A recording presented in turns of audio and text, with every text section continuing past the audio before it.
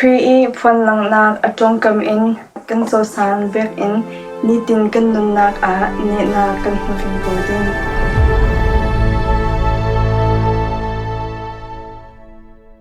Ni tin mana April ni kulswan li kumthong ni kulswan khat. Zartani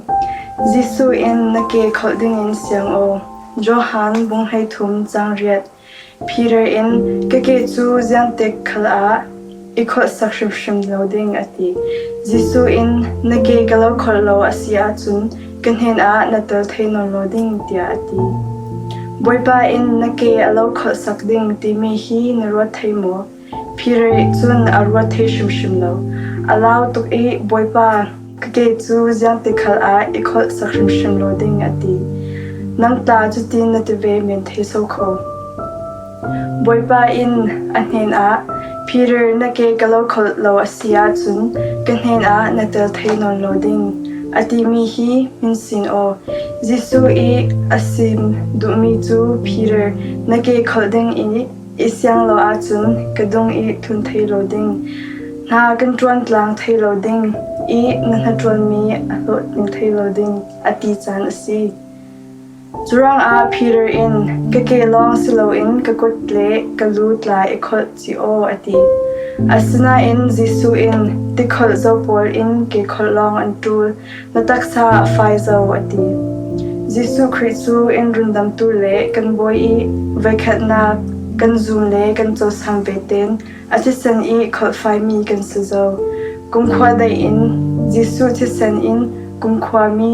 fam kim in sitar I kan kelong khol atul zanga tile leilong I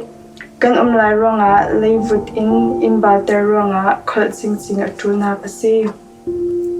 Zurong a tuni a Jisu in nake tin alo khol ding sung a kri I ko shan chu adu dot I asang a anunak aliam atong kam thon a khol na in nun chiang him anei thaina dinga tin kan hu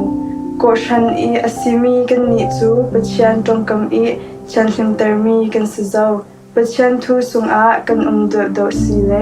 nun chan hlim kan nei sin ding tu ni a zum tu chu van ram I lir so le khai san kan sizau I Jisu chu atang ben a sui athlai mi korfol pi shuk in van sun loina hun a asina in nen vek in atai a ponkir ngar mi thon daughter in Jisu chu kan marian tu a chanter asi athuk zat mi atong kam thon khol fai ok asi dudot mi hi kan ni tinan a ne nak empetu ding asi